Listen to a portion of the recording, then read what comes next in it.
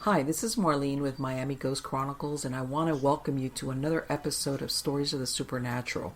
Wherever you find us, whether it's a video on YouTube or on your favorite podcast platform, please like and subscribe to us so that you can get notification of when a new show is released. You can also find us on major social media platforms where I give you a heads up about upcoming shows and which date and time they will be aired. If you go to MiamiGhostChronicles.com, you can find links to the shows, MP3 files which you can download, or links to your favorite platform like iTunes, Spreaker, SoundCloud, and all other major sources. You can find information for upcoming and past talk show appearances as well as new book projects at MarlenePardo.com. You can also purchase books and merchandise there, and you can visit my author page on Amazon at Marlene Pardo Pellicer. Due to popular demand, I'm narrating my True Believer stories that I've collected throughout the years in a new series called Supernatural Storytime. You can find links at supernaturalstorytime.com. If you are into classic horror, ghost, and adventure stories, I narrate some of those at Nightshade Diary, and you can find links at nightshadediary.com. If you would like to read noteworthy news about the paranormal world, true crime, conspiracy stories, and anything that is just plain weird, you can visit the Stranger Than Fiction Stories tab at MiamiGhostChronicles.com. I do want to thank you all for being part of my audience, and I think you are all wonderful. Hi everybody, this is Marlene with Miami Ghost Chronicles, Stories of the Supernatural. How is everybody doing today? Good, I hope. Everything is great here on my little micro farm, as you all know. Today, I have a super interesting guest. And, of course, you know that usually has to do something with ghost hunting. Because even though there's a lot of things in the paranormal, under the umbrella of the paranormal, ghost hunting, for those people that are active in the field, that, like I said, I always like to hear about the different stories, different experiences from the people out there, because all these different investigators have their own stories, their own approaches, their own experiences, their own after effects. Because, you know, I've talked a lot about sometimes getting into this field is just not strictly going out there and doing an investigation. Once you're in it for a bit, you sometimes it kind of seeps into the rest of your life, which is, you know, when I've talked about boundaries. But anyway, let me tell you about today's guest. And his name is Rich Newman. Now, he's worked in video game and film production for over 10 years. He's the author of 7 books, and he's the producer director of 2 feature films. At the end, we're gonna mention again his websites, and I'll have him on the credits of the show. But his production website is elsinoreproductions.com, excuse me, and paranormalincorporated.com. And right now, as a matter of fact, I just confirmed with him, he is working on a new book that is yet to be released, but should be released very soon, which is titled The Disembodied. And we're going to ask him about that. But anyway, let's bring him on. How are you doing today, Rich? Great. How are you doing? Great. Fantastic. Now, I'm going to ask you, all my audience knows that I always ask my guests this. How did you get involved in the paranormal? Childhood experience, something you did it as an adult? How did that come about? Well, I definitely was one of those people, you know, that had to go out and test all the local urban legends growing up, you know. Mm-hmm. And the big one that we had was I grew up outside of Cape Girardeau, Missouri. Okay. And the big tale that went around through school was called the cemetery that would have this thing called green eyes. Ooh. And you were supposed to go into the cemetery, and this certain tombstone would have this apparition with green eyes that would rise up out of it. Okay. And so everybody would come from, 100 miles away to go into the cemetery and sit at night. I'm sure this drove the caretaker crazy. Everyone out there looking for these green eyes. It was like, oh my God, yeah. Yeah. So, I mean, I was definitely one of those guys, watching, the shows Sightings and Unexplained and testing out the urban legends and all that stuff, for sure. And So what happened? This is what, and I know, you know what? I've heard a lot of people do that. They do like either on a lark or legend tripping, and then they get hooked on it. Is that how it worked for you, or did you have an actual experience? Yeah, well, I've had an actual experience when I was a child. I had one of the houses that I lived in had a ghost that just loved to open one particular door in the house. Really? And it's the most boring ghost story ever, because you would just, people would come over and I'd tell them, well, that door over there, it will open by itself. And they'll be like, oh, no. And they'd go over and they'd test it, make sure the door was completely closed, jiggle the handle, all that stuff.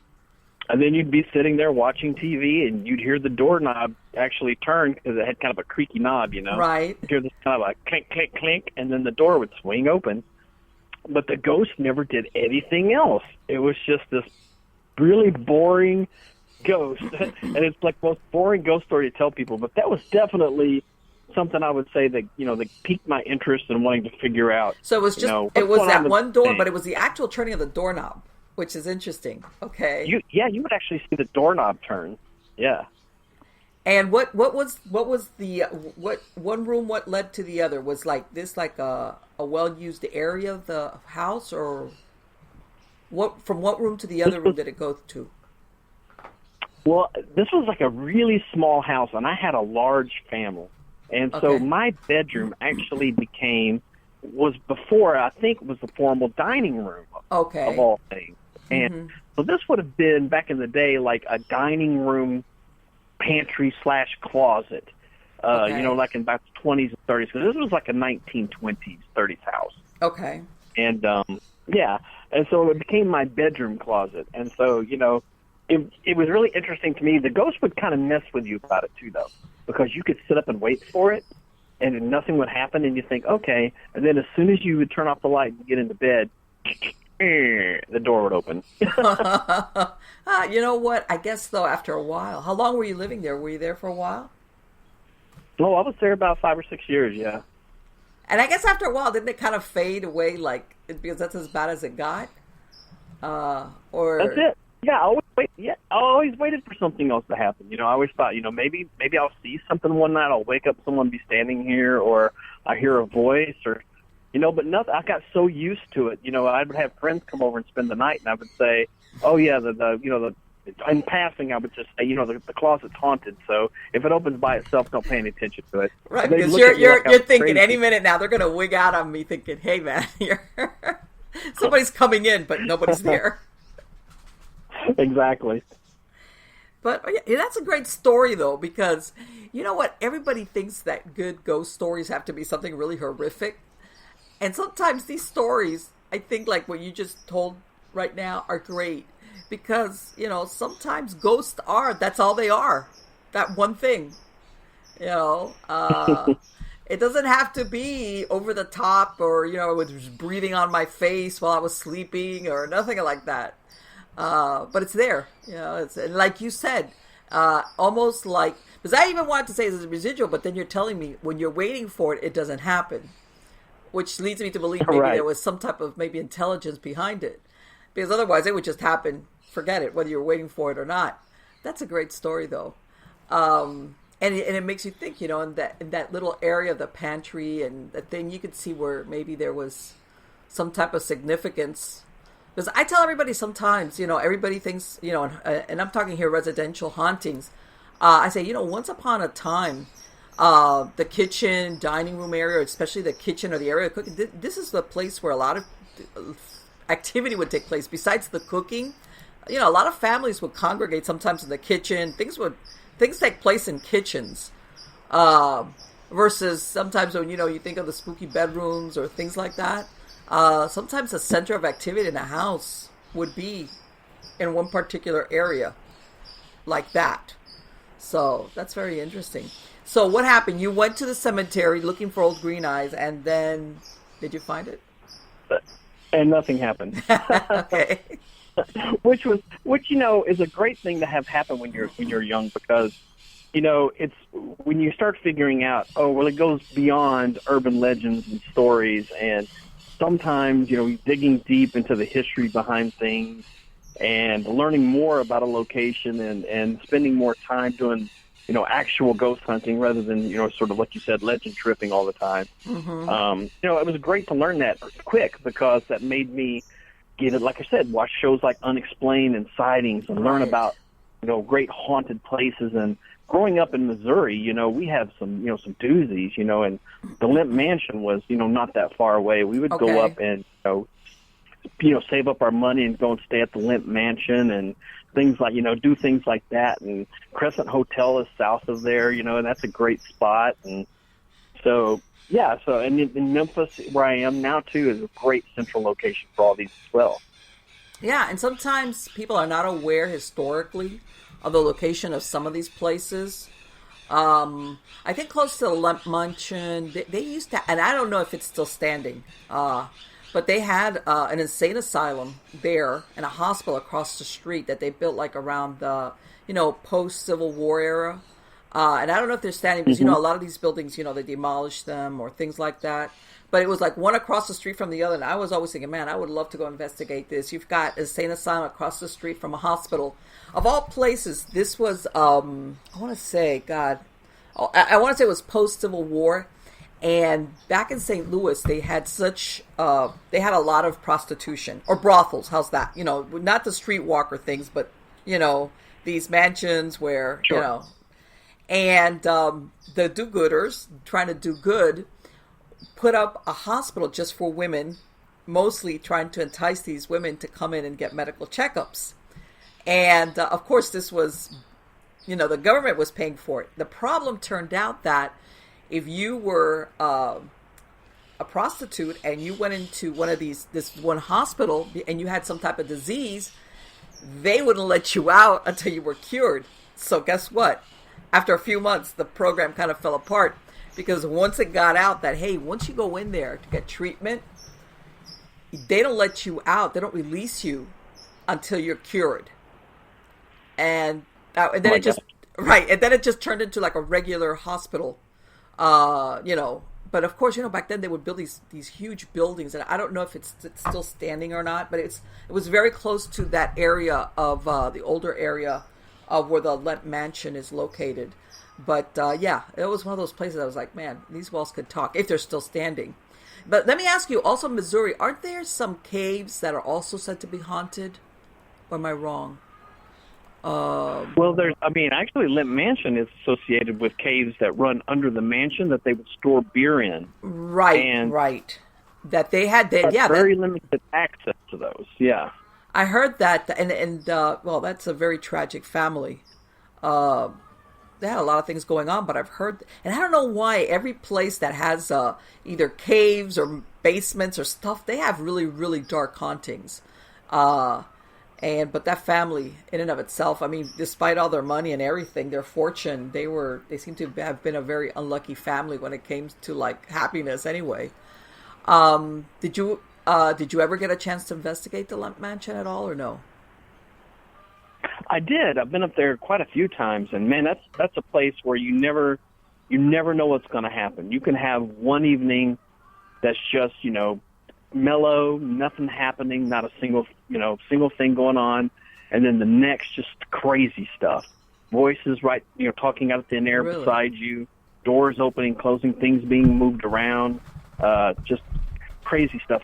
As a great example, for the last 3 years, I've been shooting off and on with a television show from Japan that's produced by Fuji TV, and we went up there and did an episode at Limp Mansion. Okay. And we're sitting there in the room monitoring this, the second room where a guy is sleeping, to see if something's going to happen to him. And this guy, he's so tired because, he's waxed out because he's flown all the way from Japan. Right. So he hit the bed and, boom, he's out. And we see this perfect ball of light, like a floating, not an orb, an actual glowing ball of light. A door opened and a ball of light comes into the room, hovers there in the doorway, and then goes back out into the hall. Wow.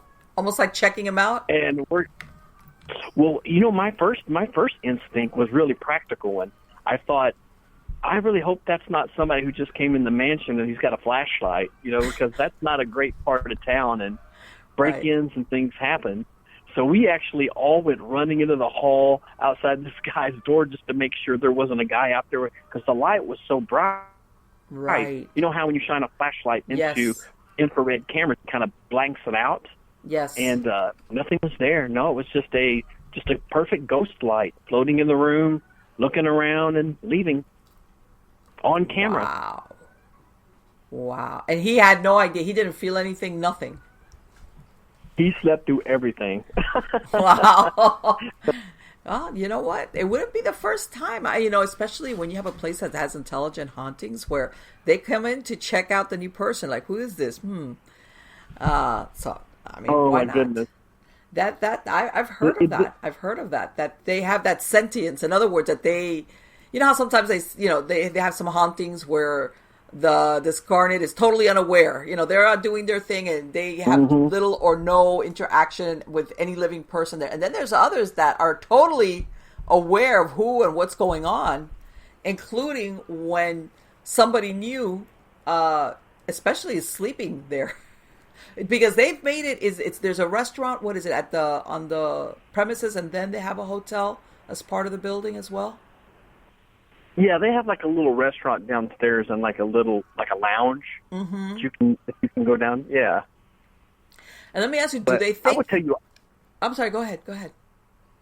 Oh, I was going to say, well, go ahead and ask me the question about this, because I have a really funny one I'll tell you about. Oh, yeah, sure. Go ahead. Oh, did you have... Oh, no, that I was going to ask you, but I'll ask you after the story. Go ahead. Oh, okay. Well, I was going to say, one of the other shows that we did for the Japanese show was at the Crescent Hotel. Okay. And this one was hilarious because I've never seen a ghost get frustrated with trying to do stuff. And I believe that's exactly what we saw that night, because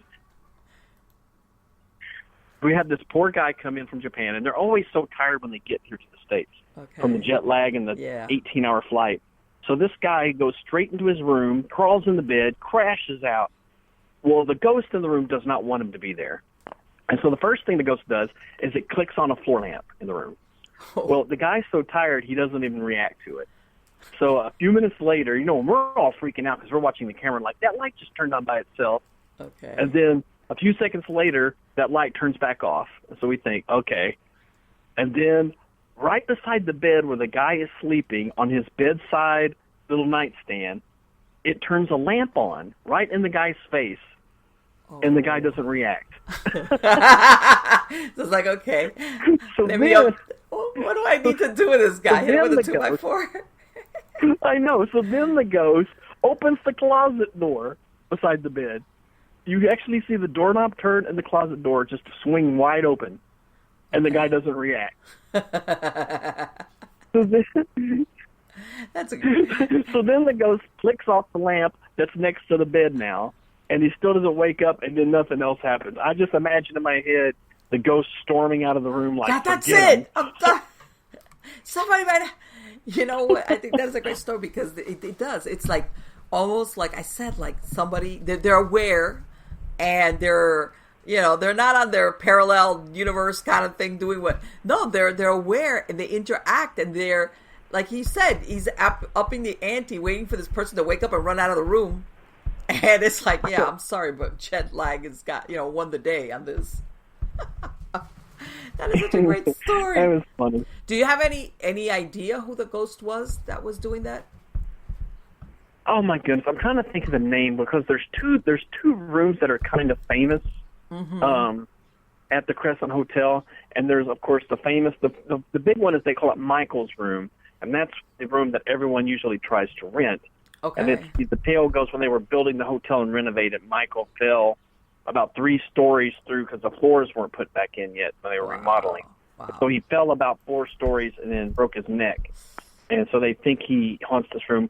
But then there's another room, and I don't want to... And she was a nurse during the period when the Crescent Hotel was actually a cancer hospital. Okay. It was a fraudulent cancer hospital. Right, Doc Baker was actually telling people he could cure their cancer, and they weren't. They were being hauled out the back when they died. Is this because they have the mineral, the water there also, right, was part of the cure? Am I correct? I mean, there was Right, that's it. Yep. Eureka Springs. They got the natural. That's right. So he was luring people in there. He was the nurse. Yeah, I think its name was like Theodora or something. If you stay in Theodora's room, that would be the room, and it's a really active room, obviously. Well, yeah, but you know what? And even then, you think, I'm sure there's even probably some hangers-on that haven't been identified that maybe are a little bit on the shy side. So can you imagine you're going to this place hoping that, your life is going to be spared? Or, you've placed all your hopes on this doctor who's promised that you're going to be able to live, and then it turns out you don't. And then, to add insult to injury, like you said, he's making it, like you said, pulling the bodies out the back so nobody's aware that this person's died, I'm sure you exactly. I'm sure you've got some people there running around in the background. What a miserable time they would have had too, just with the pain and suffering and the amount of just all of that went on in that building. Exactly. That's what I'm saying. Sometimes you get the ones that are known or just have been more easily identified, but every once in a while in the background you've got a few who are there. They're just more in the background, but in a setting like that, especially, well, hotels in and of themselves, you get a lot of crazy stuff, but that thing where you had people that were being brought there, promised, you were going to cure you, and, then it turns out, on the contrary. Yeah, definitely. I'm sure there's somebody there running around. Let me ask you, in the Lemp Mansion, because that's another thing. Do you think the Lemp Mansion, it's just the family, the suicides that are haunting there, or is there any other personality that's attached to that place? Because, they kind of... And the reason why I ask this is that it makes you think, what came first, the chicken or the egg? Was this just an unfortunate family, or was there something wrong with this place, this house, that brought these things about?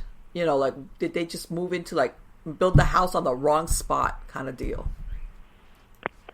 I think that's one of the sort of theories that some of the local St. Louis writers and things have put out there, that the local Indian tribes, because they use those caves and everything there as sort of their home base.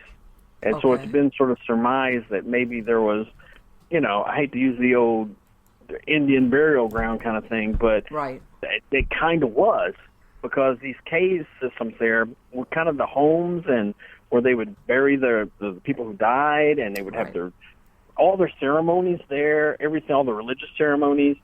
And then here comes, the Lemp family, and they build their house right over the caves because they want to use those things to store beer. Yeah, they're thinking like beer meisters.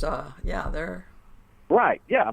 And that's actually what drove them to the suicide, because when Prohibition happened, they decided they were going to try to go with their version of near beer at the time, and it just did not sell well, and they went bankrupt. And the people who were sort of used to living high on the hog, they started killing themselves one after another. Right. And don't get me wrong, I know that. You even hear about when they had the in 1929 that the big giant, that set off the Depression, the crash on Wall Street, that there were supposedly businessmen jumping off of off the buildings. But still, this family, though, they kind of really had a very sad history throughout. It went beyond that. So that's why you always wonder, was it... Yeah, because in other words, that happened to, were there other businessmen that got affected depending on what they did, but this whole family seemed to just be under a dark cloud. So let me ask you, as far as, have you done any investigations in Memphis where you're at?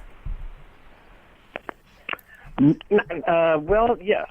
There's actually a really popular Victorian home called the Woodruff Fontaine House. Okay. That is a non-profit, living museum kind of situation. And we have gone there several times investigating the ghosts of their most popular ghost, of a woman named Molly Fontaine.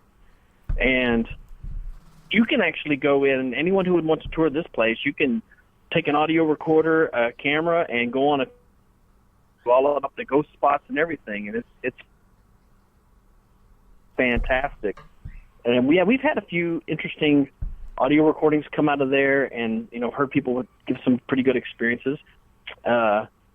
there's an entire stretch in Memphis that they call Victorian Village, and every house there is this nice, giant, Victorian, gothy-looking, house.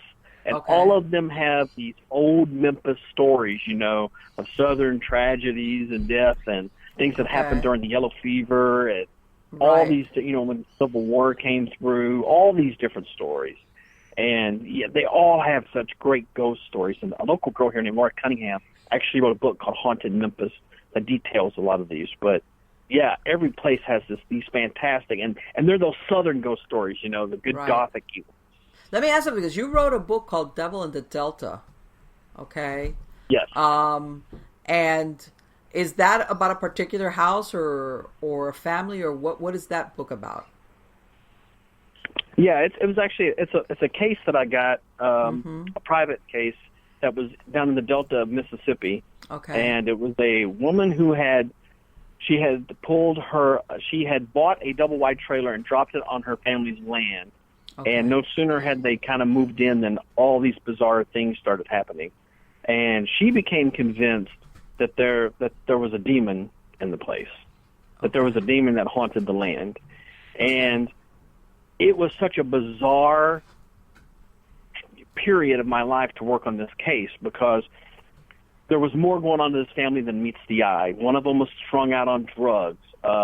There was these shady characters that would come around. A lot of things going on with drugs, to be quite frank. Yeah. A lot of just people kind of who wanted to be known because of having a haunted place, and they were kind of promoting it in a weird way. Right. And you would be just ready to write the whole story off, and you'd go there, and then something just unexplained crazy would happen in the place. Like once I was in a room, and I said, "Is anyone here?" And the entire trailer, not just the place I was sitting on, the entire trailer shook, rumbled. And I have it on audio. I actually have audio recording of it. I put it on the website. If in the book, there references a page you can go to hear a lot of the clips and things that I got when I was working there. But I mainly wrote The Devil in the Delta because I wanted it to be a cautionary tale for people who think that ghost hunting is all fun and games. I love it. Go ahead. There's no,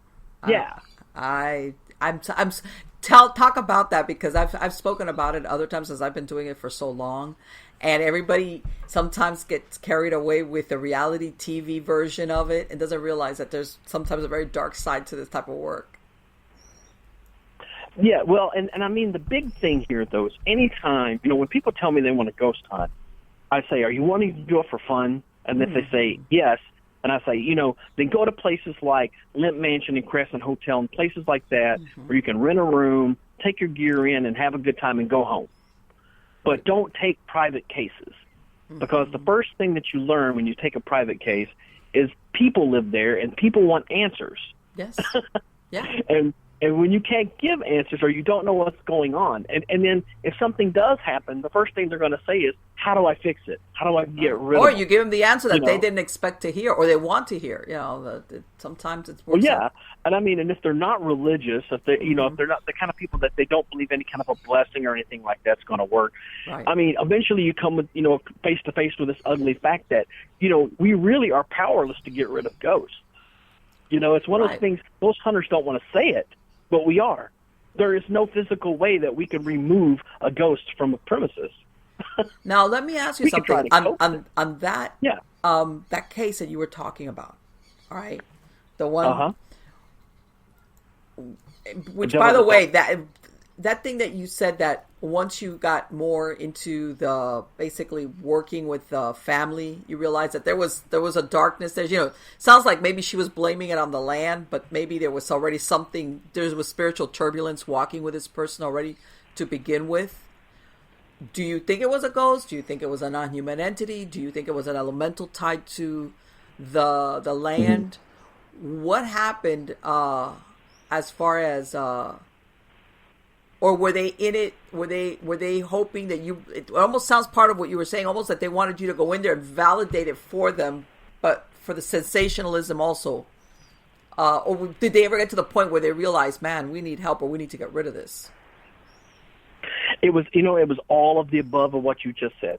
first off, yes, the place was really haunted, and I believe it was a regular, ordinary, a ghost haunting a place. Okay. But as soon as you would start getting, just to put it in ghost hunter way, you would go there and you would spend the night, right? You would start getting some evidence.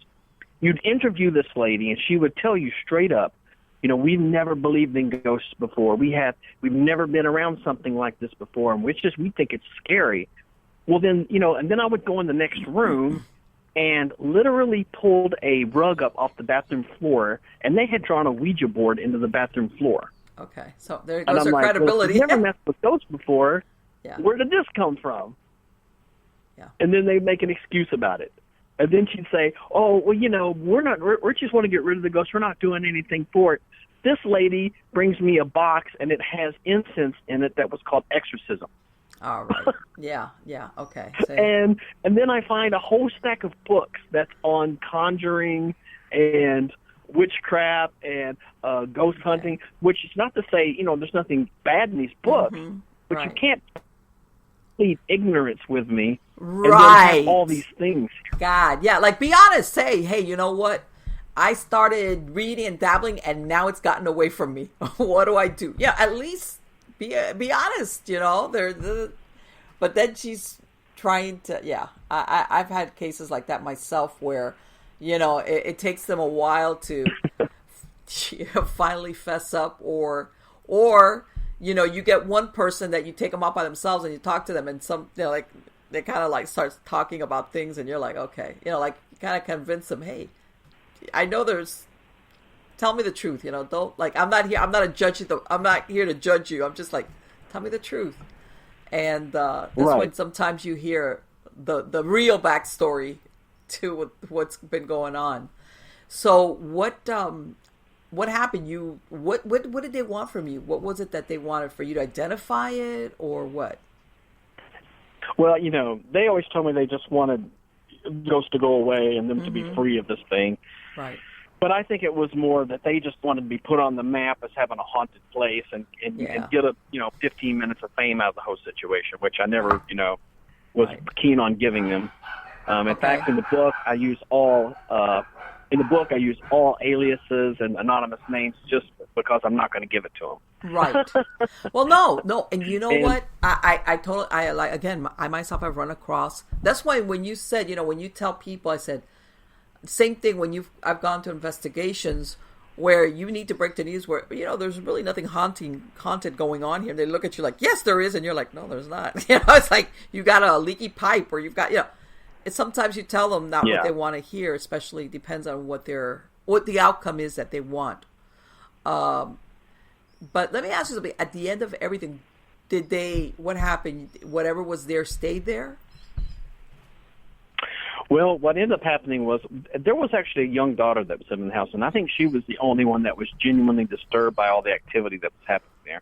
There was real activity happening in this place, and the main effect that it was having on everyone was it was making everyone paranoid, that every little thing happening in the house was paranormal.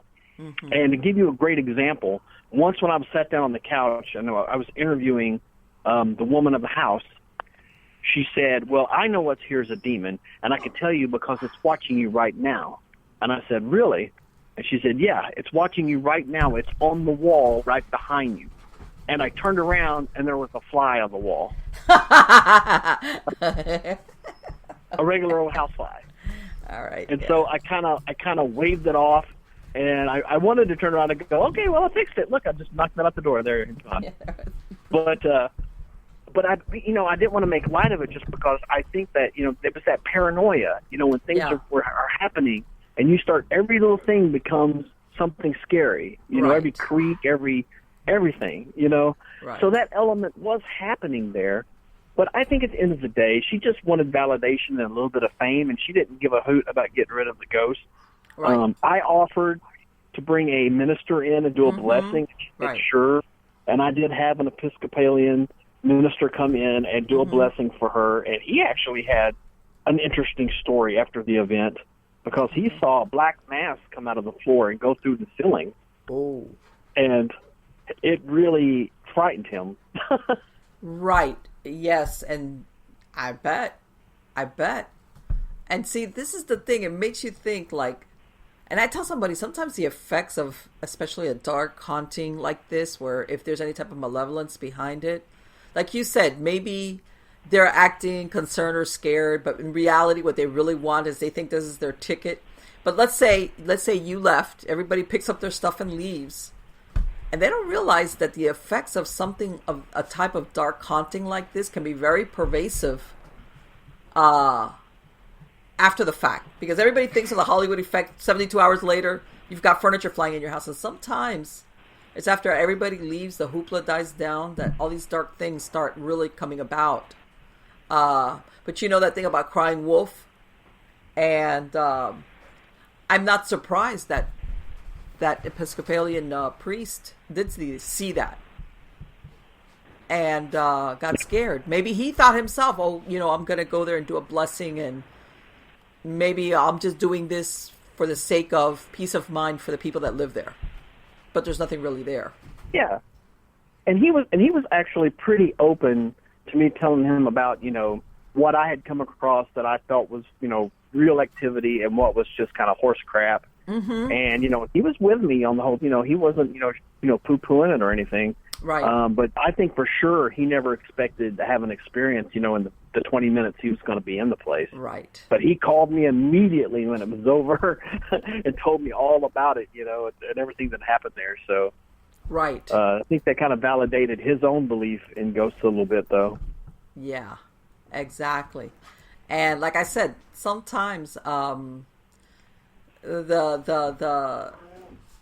did she ever, once you finished with this case, did she ever recontact you on a follow-up or anything as to what happened with him? Well, she got so strung out on drugs, she ended up getting kind of, she had to run away. She ended up moving away. I think she literally ran from the law. And the only one that I actually felt bad for was the children in the house, because they did seem genuinely disturbed by what was happening there. And she was keeping them there and not letting them, go stay with a relative or something like that. That's the last I heard, this place, it had got abandoned, and vandals found out about the ghost stories, and they had been in and out and knocked out the windows and just destroyed this almost brand new double-wide trailer thing. So as far as I know, it's sitting there empty, and maybe the ghosts are happy now. You know what? I'm telling you, chances are, I'm not going to say because I wasn't there, but maybe this thing was something that was walking with her, despite wanting to say that it was the land, a piece of land. Which, by the way, did she pick it? Was there a prior history to that piece of land? Is that why she brought the trailer there, or she just, it was something that belonged, like you said, to her family? Well, her family had it since probably the early 1900s, and a weird sidebar to this whole story was, she broke down finally and told me she was convinced that the ghost was a black man who had been killed by her father when she was a child, and that he had a shed out back when there used to be an actual shacky little house that was on that land. And him and another guy that lived down the road killed a guy out in their shed. Oh, my God. And she told me all this, and I'm like, well, you realize, you're telling me about a murder. Yeah, yes. But I'm going to have to report like this to the sheriff's office. And I did. I called the sheriff's office and told him the story. And he told me, if I had $1 for every story I heard about, we're talking about an area of Mississippi during the 1940s. Yeah, that exactly. Probably this story was just way too common. Right. And and all the people involved are either dead or God knows what, in other words, it was like, what evidence exactly. All this could be is, I'm it could sure be another layer for horse crap, or it could be absolutely true, it's just, But you know what? You think about it also, that is very dark. Maybe it's something was in her family. Let me tell you something. As a kid, that's got to be very disturbing to be aware that your parent has done something like this. That's pretty, if you're a child, even if this is your parent, come on. It's like, okay. But let me tell you something. I wouldn't be surprised if there was truth to it. Yeah, maybe this was but again, You would think I would never, ever, ever want to come back to this piece of land ever again. You know, family or not, it's like, sell it, and I'm going somewhere else. You also wrote another book about haunted bridges. And what is that? Are those like the covered bridges, or are all these some of the? Because I know that sometimes bridges have like how can I say? I know some of them are like urban myths, but then others really have some type of actual verifiable history, dark history attached to them. Right. And that was actually the biggest problem. That book was actually requested to be written by my publisher, Llewellyn Publishing. Mm-hmm. They kind of wanted a book on haunted bridges all over the country. Right. And when I was sort of compiling all the stories, that was actually one of the first things I ran into was so many of them are very similar. Like almost every state has a crybaby bridge, where someone threw a baby overboard and now they can hear a baby crying at night, that kind of situation. And every state has a bridge where people, usually kids, like to go park their cars, and then they say something will push your car across the bridge, or you'll see handprints on the trunk or something like that. And so I actually used those as sort of chapters. Right. Like I did a whole chapter on crybaby bridges, a whole chapter on ghosts that are hitchhiking across right like road. the Resurrection Mary, that there's that urban legend about, you know, picking up the girl on the side of the road, and you know, when you get to where she disappears, that hitchhiker story. There's different versions of it across the country, you know, a little change here, a little change there, but it's basically the same story. Absolutely.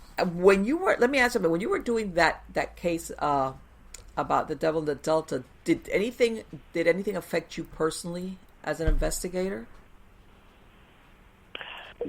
No, I don't remember anything other than just the experiences that I had when I was in the place. But I never had anything other than what happened there. There was a brief moment where I was coming home and sort of venting to others about what was happening there, and at one point I did think I woke up at night and I thought there was someone standing beside my bed. Okay. And I jumped up and, you know, turned the lights on, and there was nothing there. So, you know, it could have been nothing. And I never saw anything again, so I probably leaned towards the idea that it was probably nothing. But no, I think all my experiences with that place was pretty much limited to when I was there. Okay. And that was pretty typical ghost stuff, you know, a lot of good not even EVPs, because the stuff that was recorded, we heard it in real time. Okay. You would actually hear, you know, the rumbles and the booms in the walls. And, you know, one of the guys we had a good old boy there with us. And as soon as those walls started rumbling, he ran out the door and crawled under the trailer because he wanted to make sure that nobody was underneath there shaking the pipes or anything. Yeah, he was like, man, kind of situation. I'm going to bust whoever this is. Great. Yeah, he was great. Well, you know what? So some people, they're scared, but it's like, I'm going to get to the bottom of this. Oh, it was, yeah. He was like scared and excited to figure out if it was true or not at the same time. Well, you know what? That's more than a lot of people do. There's a lot of people that just leave, like, forget it. It's like, and how about this new book that you're working on, the Disembodied? What is that about? Okay, well, see, The Devil in the Delta was sort of the book that I wrote I wrote that one, like I said, as a cautionary tale for ghost hunters, because I just think that, you know, a lot of times the ghost hunters don't know really what they're getting into when they take private cases and start diving into the history and happenings and doings, you know, of a private family, you know. Exactly. Now, the new book, The Disembodied, is another family that I'm working with in Missouri, a nice lady by the name of Kathy Windsor, and the bizarre hauntings that's happening in her place outside of a very small town called Marcy, Missouri. Okay. And it has been a heck of a journey working on this case. Okay. I take it the circumstances of the family are different, and yeah, this is it's as almost night and day as you can get. This is a grandmother, a young grandmother, who was she had her granddaughter kind of dumped on her by her daughter who has issues. But the granddaughter is fine, and granddaughter and grandmother have been living in this house for about 2 or 3 months when they started noticing really bizarre things happening. Started as it usually does, with things moving around, bumps, sounds, a voice, but you think it's a TV or the radio. Okay. And it kind of came to the big realization was when Kathy woke up and she heard a male voice speaking really quick and almost a whisper, like a coming from her living room. And so she got up thinking, well, somebody's in my house. Right, yeah. And she goes to her door, and when she gets to the door, the granddaughter is standing across the hall in the doorway as well, because she's heard it. And they both kind of tentatively walk into the living room, and then it stops the second they walk in the room. But this event was almost like, I'm here, notice me, and things escalated quickly after that. They started having people pull on their covers at night. They'd wake up to see a man standing beside the bed. Bizarre sounds of animal sounds coming from outside, almost like somebody was slaughtering animals. Oh, God. Outside the window. That's... Then a female ghost starts appearing. And this got me really looking at the area because I kind of know this area well. My grandparents lived there. Okay. And I went to the local library, talked to them, managed to track down a fellow who lived when an old farmhouse was on the exact same land. Okay. And this guy had the stories. Let me tell you. Yes. So what we find out is basically, this is 2 generations of a ghost story. We got the people who live there now, and then we have a family who lived there pretty much from the 1920s to the early 1970s. That had a lot of shady doings, and a wife who ran off, but the person I spoke to, who is now in his upper 80s, says that he's convinced that his father killed his mother and buried her out in the field behind the house. I mean, I think that happens more often than people think. When it's not like now their DNA and stuff like that. Well, that's true. And I even asked the librarian, this little town, Marston, is in the middle of nothing, and they live outside the town. And I asked her, I said, well, who would have been, the police then?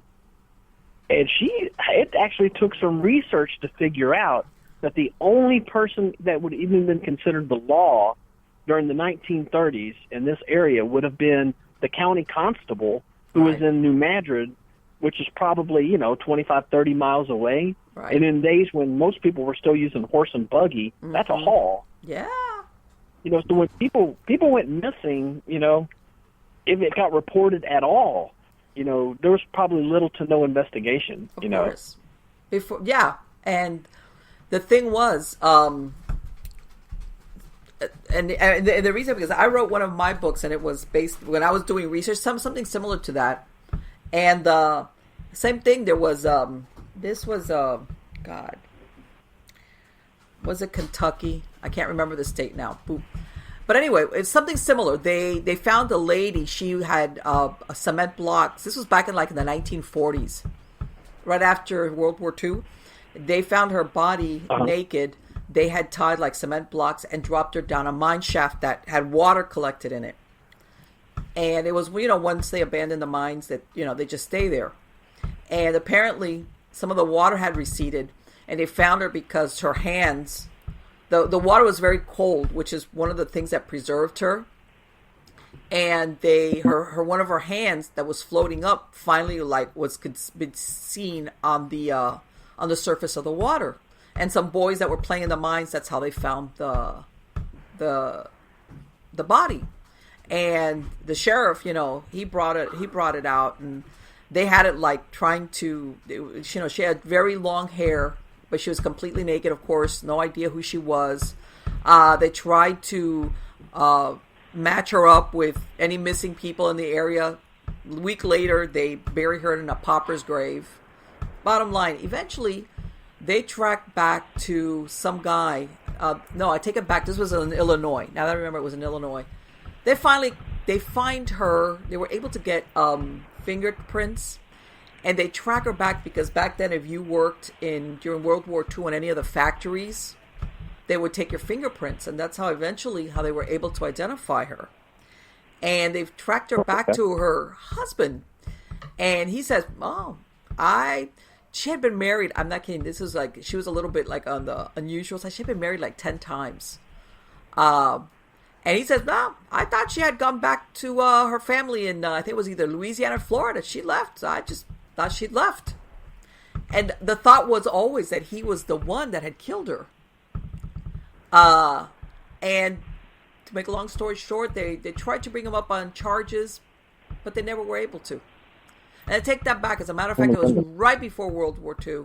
And they say that part of the problem with prosecuting him was that then the war came on, and then between, changes of prosecutors and this and that, he never got nothing. And that was the same story, like what we were talking about, that you could say, "Hey, I thought this person left me. I didn't know that." Right. This was a plausible excuse where, like, we know what they call poor man's divorce. You just up and took your stuff and left. But sometimes all you did was leave into 6 feet under the ground is where you went. So yeah, when you're describing that lady, that story, that sounds very plausible. Yeah, well, and the guy who lived there when he was a child really enlightened me on a lot of things. I mean, he was convinced when I told him about the activity that was happening in the new house, he was convinced it was his father. Oh. And I'll tell you the clincher of it. One of the weird things that's happening in the Windsor house is they would come home from school and work, and one of them would walk into the room, never both of them, and it would change up which one it was, but one of them would come in the room, and they would find big stick on their bed. Really? Like just a stick. Uh-huh. And then they would say, "Did you put a stick in here?" "No, I didn't put a stick in there." "Well, where did the stick come from? How did the stick get in here?" Right. And when I was talking to the older gentleman who lived there as a child, and I said, "Well, one of the weird things happening there is they keep finding these damn sticks on the bed." And he just went pale as a sheet. Wow. And I said, "What? What?" And he said his father would get switches to whip them. And if one of them did something wrong, they would come in the room and they would find a switch waiting for them. Oh, my God. Talk about and it was psychological. just one of the ways that he would torture them with beatings. Oh, my God. That's horrible. That's just, and that was just, wow. I was like, wow, that really, filled in some dotted lines there between one, event to another. And there was also, he told us, you go out, because he came by and looked at the house. He didn't want to meet the new family. I don't know why. I think he was embarrassed. Right. But he told us, if you go out, look around on the ground, there should be a storm cellar out there. And it actually took about 6 people and about a half a day to find it. But eventually we came to it and opened it up. And they had a storm cellar / where I guess they would put like they had canned food, and they would store canned food down in there. Right. Some situation. And once we opened that up, that was when the woman started appearing in the house. I was about to say something happened because of that. Wow. And so I became sort of convinced, I wonder if he did kill the mom, did he bury her in the bottom of the storm cellar? Yes. Oh, you read my mind. That's exactly. I'm just, I hate to say it, but yeah, why not? Why not? Yeah. So, I mean, it's just, like I say, it's been, and I'm trying to get all the facts because I'm going back and forth between. Let me ask you something. So when you said when the grandmother and the granddaughter, they had just moved. In other words, it wasn't like the grandmother, was she living there before nothing happened? Or it just so happened that when they both moved in soon after is when they started having those experiences? Well, okay, so the original house was tore down in the early 70s, and so the new house was built in the 70s. So it's got that swanky 70s style going on to it, Right. And Kathy moved into the place, and she would only live there for maybe 3 or 4 weeks when her daughter brought her granddaughter to her. Okay, so she had not been there for very long. Oh, okay. When the granddaughter moved in, and she works days, so I could see she could get through 3 or 4 weeks without, and actually she did notice little things. Like she said, she noticed, little booms and knocks, and like she noticed things, were moved, and she just kind of wrote them all off at first. Right. It wasn't until it escalated to hearing voices and seeing shadowy shapes standing beside the bed and going past the door in the hallway that she started thinking, okay, there's something happening here, Absolutely. No, and the reason why I was saying is because I know sometimes people live in properties for years and everything is either quiet, like you said, very subtle, if anything, and then all of a sudden, for some reason, there's a triggering event where then they start having all these things go on, and you're thinking, okay, what happened? But you're telling me she wasn't there long before her granddaughter joined her, so it wasn't like she had been living there for a while, and then stuff started happening. Yeah, and I've never been able to track. I was actually wanting to try to find the people who lived in the house from the 70s until she moved in, right, to see if they had any experiences, but I struck out on that end. Yeah, you know what? That's understandable. That's another thing. Sometimes properties, if they're a rental at any point, that's it. There's no official records, like you do when you've got a sale. There's a deed or anything. Sometimes, rental properties, they have a swinging door of people staying there. And you never, there's no way to research it unless you happen, like you said, to get a neighbor or somebody that'll tell you, oh yeah, I know the neighbor, I know who he lived there. There's just no way to track them down. There isn't. There isn't. But that's... Well, I will say this too. One thing about bringing up your subject of, some people living in a house and having experiences and then others having nothing happen. Right. Is one thing that I have learned through all of this ghost hunting stuff is that ghost hunting is an interactive experience. And the more that a person interacts with what's happening in the room, the more that the ghost does things back. And that's how you can escalate something to, where it's finally, making bigger sounds, moving things. If someone lives in a place and they don't believe in ghosts, or even worse, they don't want to believe in ghosts because of religion or whatever, they can ignore everything and write it off as nothing. And with no energy being given back to a ghost, no interactivity, the ghost just goes dormant. Yes. And then the very next person can move in the exact same place that notices everything that's happening there. They become interested in the events, which gives energy to the ghost. And then suddenly you've got that interactive energy happening. Yeah. And the next thing you know, it's more things are happening. And and I've seen these houses where people tell me all these things that's happening, and now I'll talk to a previous resident. They're like, I lived there 12 years, and I never saw a thing. Yes. Yes. And, that's why. Well, yeah, because the truth is that when, like you said, when they have the subtle stuff, they meet and say, oh, that's the wind, that's a dog, they don't feed it, in other words. They just dismiss it, and they go on. The other person jumps to they're not walking around. Yeah, they're not the ones walking around the house going, "Is anyone here? Yeah, can you make a sound for me?" Or that noise. That was the ghost. Yeah, they're like, "It's a house settling." Right, exactly. Right, and they turn over and they go to sleep. Yeah, that's it. And people don't. And a lot of times, and I've said this, and I know some people because I've had those cases where people get all excited because it's really a ghost, and it's like. You know what? Believe it or not, eventually even though maybe now at this point it might be very subtle or, innocent, and 9 times out of 10, it goes south for you. It might take a couple of years or maybe even 10 years. But in my experience, it always ends up the humans, if they stay there. Because, by the way, sometimes you never find out about it, but they actually end up leaving. It starts to ramp up, especially after doing what you just described, where they feed it. They invited it, they wanted the communication, they gave it, and then all of a sudden it starts taking a dark turn. Things like that. Right.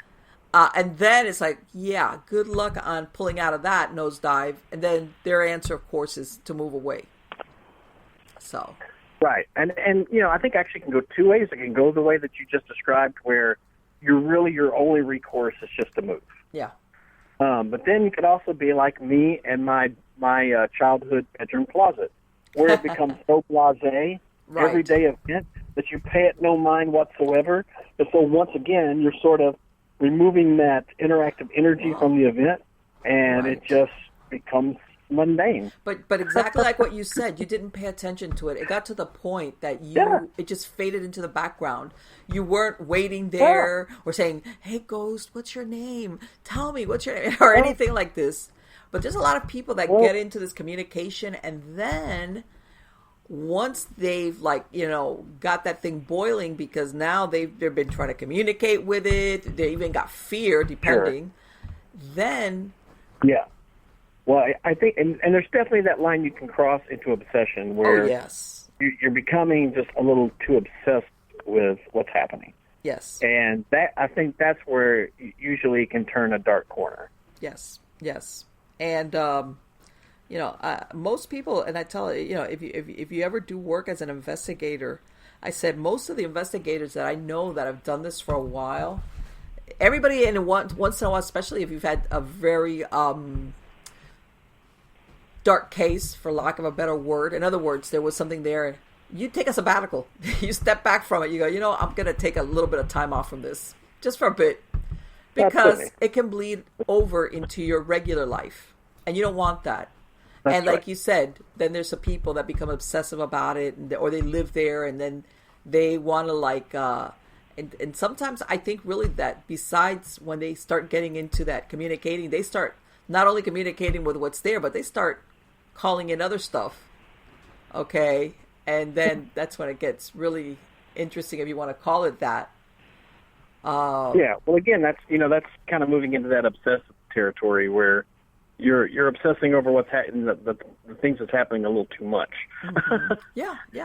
And that could always kind of go in some bad directions. Yes. And for the Windsor family, she decided for her and her granddaughter, the best thing she could do would be, probably to move away. Right. Which I totally understand, especially having a young girl that you're raising, and you don't want to raise, but, the other part of this too is, I always tell people, one of the reasons why so many times people jump, like in The Devil in the Delta, where they jump to the idea of some sort of a inhuman presence in place, is because people still seem to have a hard time understanding that if you're dealing, like in the case of the disembodied, right, a man probably killed his wife and would beat his kids and was a horrible person. Yeah. When you have a horrible person who dies, well, guess what kind of ghost they are? He's a horrible dead guy. I mean, they don't suddenly become a great, ghost. Yeah, exactly. They're a horrible spirit. Yes. They're a malevolent spirit, in the place. If you have a loving woman who loved the place so much she stuck around after death, sure, she's probably a nice ghost. She's there but she loves the house. She never wanted to leave. But you can run into bad ghosts, and you can have bad experiences from ghosts. And I would be the last person to ever fault someone from saying, I think living in a place with a bad ghost is just not for me. You know what? And I applaud what you're as far as this lady moving away, because people don't realize the effect that this can have on a child. For sure. Living there. Because this is what I tell people, sometimes, especially the people that get all excited or because I, as a matter of fact, my last book was called Supernatural Safety, and I talk about stuff that people can do. I said, you know what? Even if you get clergy or an investigator, at the end of the day, they're going to pack up their stuff and they're going to go. They got to go home. They got their lives. You're the one that's got to stay there and handle this or deal with this on a day-to-day basis, plus live, go to work, go to school, whatever the case might be. But I know, and from my own personal experience as an investigator, this can be really hard on kids. Okay? And on the other side of that too is also, let's say that the ghost was a religious person when they were alive, and a minister comes in and does a blessing, and it works. Right. It drives the ghost. It's like, bye, I'm leaving. Mm-hmm. Being the fact that they're a ghost, and you live in the place, you never really know that. You're never going to get that, ding of the bell that confirms, they left. And if you've had horrible experiences in this place, you're always going to be thinking to yourself, it's just waiting to come back. It's called paranormal PTSD.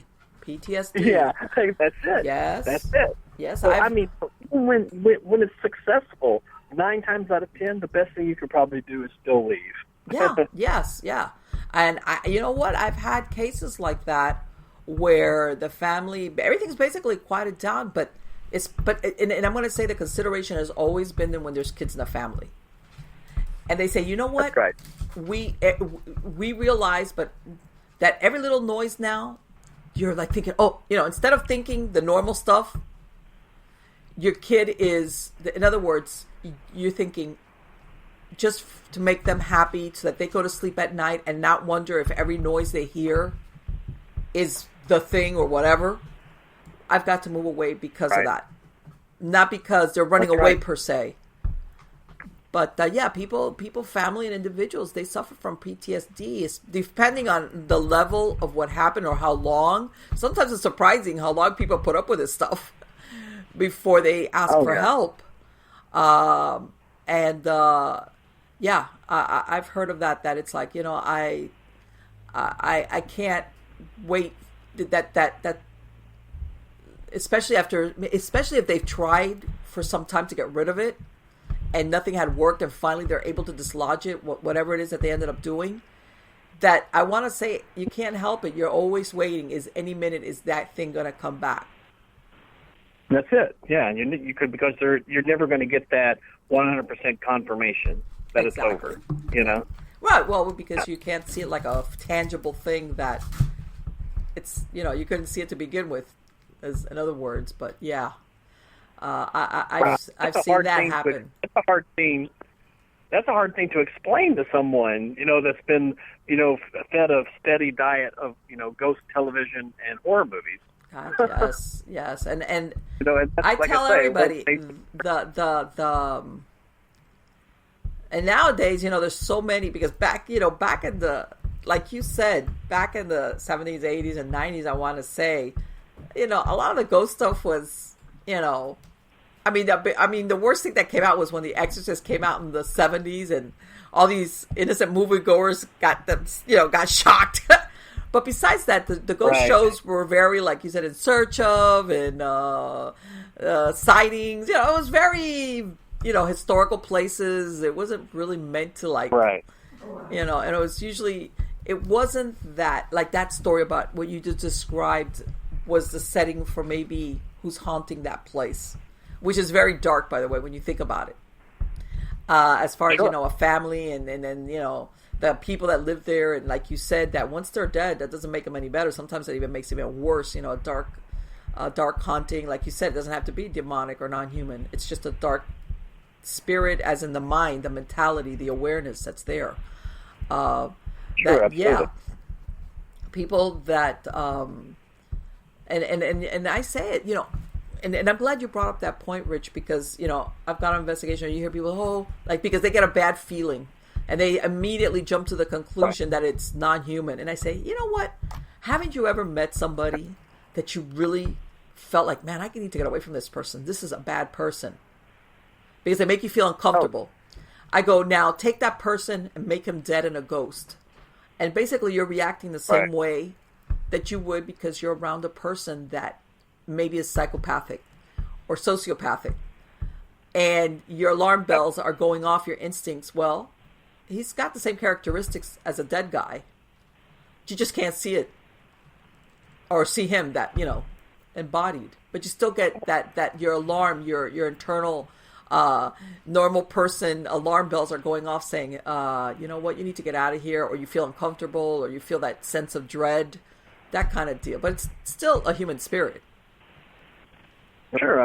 Once a bully, always a bully. Yeah, that's, they're not going to magically become nice, now that they're dead and sticking around. No, they're not. Anyway, like Rick, people sometimes, like I said, sometimes they jump to that D word, which I think is overused too quickly, much too quickly. That's much rarer than people people are aware of. But anyway, it is, but it's a disservice on both ends, because it doesn't help with the ghost cases, and it doesn't help, in the cases where that could possibly be happening for real. Because it trivializes it. Of course it does. Let me ask you, when is the book? This sounds like a really fascinating book. Do you have an idea, a release date for it? I would usually it's about a 4 or 5 month turnaround. So I would probably guess early spring. The Disembodied. Yes. Like I said, I'm wrapping it up now, so I would probably see it coming out sometime early next year. Okay. All right. And like Sure. I said, I'm going to include a link to your websites on the credits of the show. But if for the podcast listeners, if you want to give out your website addresses again, so people can follow up Yeah, with you. I mean, for the ghost stuff, Paranormal Incorporated, allspelledout.com. Mm-hmm. There's stuff on there from Devil in the Delta. There's case stuff. You can listen to EVPs. You can watch videos. All kinds of different things on there. Perfect. Great. Fantastic. Rich, I want to thank you so much. It has been absolutely fascinating to speak to you, and I want to wish you the best of luck on all of your projects. The same to you, and I'll come on any time. Just give me a shout. I would love to. Thank you very much. Bye-bye. Bye-bye. Wasn't he an interesting guest? See? And I'm glad he brought that up about, because I've talked about it before, that people experience these dark hauntings and they immediately think it's a demon. And it's not. It's not. There's a lot of dark human beings, psychopaths, sociopaths, people that have done really horrible things when they were alive. And he made a very good point. I've talked about it before. When these people die and they hang out for whatever reason, they're afraid, they are the same person they were. The darkness that's with them, that made them a horrible human being, is still there. The characteristics are still there. Or like he said, this is a person. Let's assume it's true. This story about that he might have killed and buried his wife in a root cellar and used to psychologically terrorize his kids by putting out a switch and and then beating them. Okay.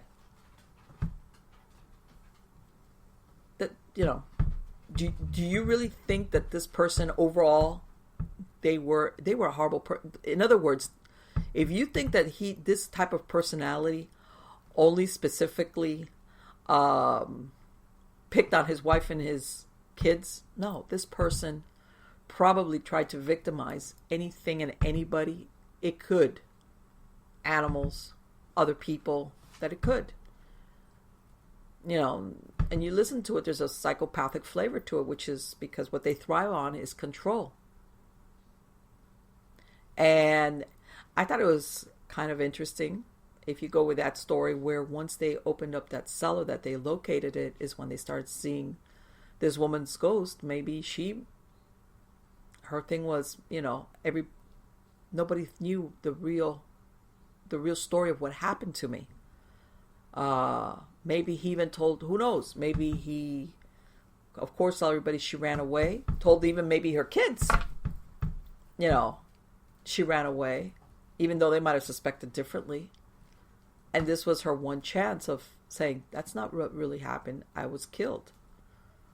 And he told everybody I ran away. And he never paid the price for that. Or my children thought I left them. I abandoned them. And I didn't. So, I mean, there's a lot of... And again, this is, like he said, this location, the actual structure was demolished and something was raised in it in the 1970s. And this comes back to people that have these houses that, let's say if you were able to only go back to the structure that was built in the 70s and nothing happened. Just regular people lived, moved away, nothing ugly, nothing weird. That's when the research kind of leads you to the right direction, which is something that happens on the land. In other words, the fabric of what's there, even though that physical structure is no longer there, it's bled into the ground. Those heavy emotions, especially when you're talking that maybe this family lived there for years and years and years, and God knows what took place there. If this is what the neighbors knew about, there was things maybe that nobody knew about.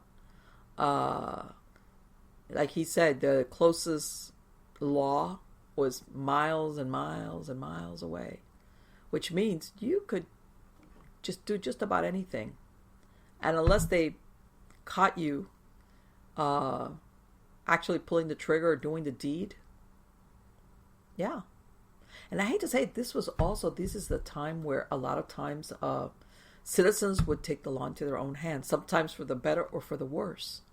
Because if they were in a rural area where you had to wait for the law to show up, it was like, hey, we need to address this. And sometimes it was well-deserved, and other times it had horrible results. Because basically what you're talking about is being a vigilante. But if you don't think that story played out countless times all across the country, especially, like I said, in these rural areas where maybe they were miles even from a town, and there was nobody there to, step in and say, deal with a personality like this. And who is going to say no? No, that's not true. Let's say you kill your wife, but nobody really realizes she's missing because, God, she would go for days and days and maybe not be seen. And what if a neighbor thinks, man, I haven't seen, let's call her Mabel. I haven't seen Mabel in a few weeks. If this guy's a real piece of work, which it sounded like he was, you don't think maybe the neighbors might have said, man, there's something up, but I'm not going to say anything. I'm not going to get in this guy's crosshairs. Next thing I know, I might be having a problem with him. That happened quite a lot. As a matter of fact, in that book that I wrote called The Lady in the Blue Kimono, which talks about all these different types of murders, there was one of the stories, and by the way, these are all verified stories. One of them was, this happened in the Ozarks, and Lake of the Ozarks, and they found 2 mutilated women's bodies dumped there. And they were mutilated in such a way so that they would not be identified. Like, they had one the head cut off, the other one part of the head. Even though they originally, after examination, they had been hit with a shotgun. After the fact, they were mutilated, trying to disguise their identity, which up to a certain point worked, because they were taken, I think it was to Columbia University or something, and they were kept. They were trying to find out who these women were. And of course, the police, what do they do? This happened, I want to say, in the 1930s. First thing they do, of course, is look for missing people report. Is there anybody, 2 women, that are reported missing? There was no reports. Finally, this man contacts the police and says, hey, you know what? I haven't heard from my stepmom. Apparently, he had a really good relationship with his stepmother. I haven't heard from my stepmother for weeks. And I heard you guys found a couple of women. Turns out this was their first lead. And sure enough, they were able to identify them. They go back to the farm, and it was a daughter and a mother who lived with the daughter's husband on this farmhouse. Now, what do you think he says when the police come to him and he goes, oh no, they're visiting family in Florida and Texas. Then they go off like that every once in a while, and then I don't hear from them. Sometimes they don't even tell me who they're visiting in these states. So they're over there. They're not dead. Go check it out. They're going to find them. Okay. My point being, eventually the story is, it got proven that he did kill them.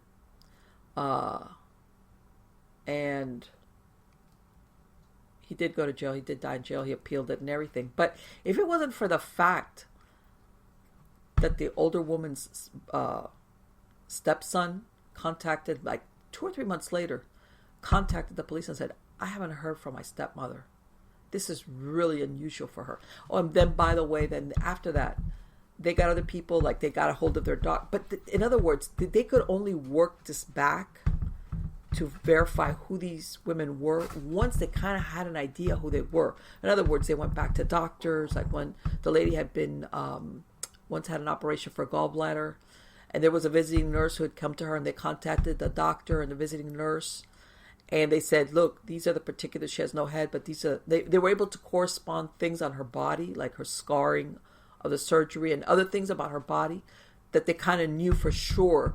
But still, if it wasn't for the fact that this one man contacted, this murder would have remained a mystery. Nobody would have gone to jail for it, and that would have been the end of that. Because this guy was saying, oh no, they go off and visit their family in these other states, and they're gone for months, and supposedly believe it or not, this was the reason why he ultimately killed them, was because they would leave and nobody was there taking care of him. And apparently the wife had wanted to divorce him more than once, because I guess they had a rocky marriage. And she had, as a matter of fact, she had put in a divorce proceedings only a few months before she withdrew it. But she had told somebody, well, the next time he's not going to find me. I guess maybe he hunted her down and convinced her to come back. So already that was, and he just got fed up and he killed them both. And I think he died in 1978. And he appealed it and everything. But yeah, that scenario that you might think, wow, that's so over the top of, killing somebody and nobody knows about it. Or saying, yeah, that person, they just took off, they left, or they ran off with the lover. Yeah, sometimes that happened, but a lot of times this was a really easy way to get out from being charged with murder. So, I mean, yeah, there's a lot of good ghost stories.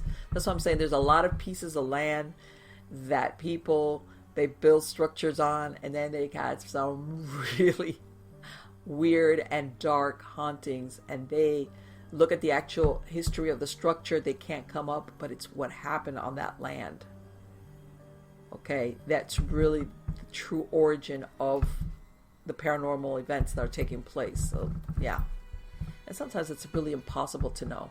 But 9 times out of 10, let's face it, somebody buries a body somewhere, they're not going to put up a marker and say, by the way, this is the place, where I dumped that body, or this was my dumping ground, or I did away with my wife or my husband or my kid or my this, and this is where I buried them. No, on the contrary. But anyway, guys, I urge you to check out Rich's website, maybe now after the new year when that new book comes out, Disembodied. It sounds like a very interesting case. And thank you very much for being part of my audience and coming back every week. I've got a lot of great show guests coming on, a lot of interesting things. And thank you so very much for coming back again and again. Take care.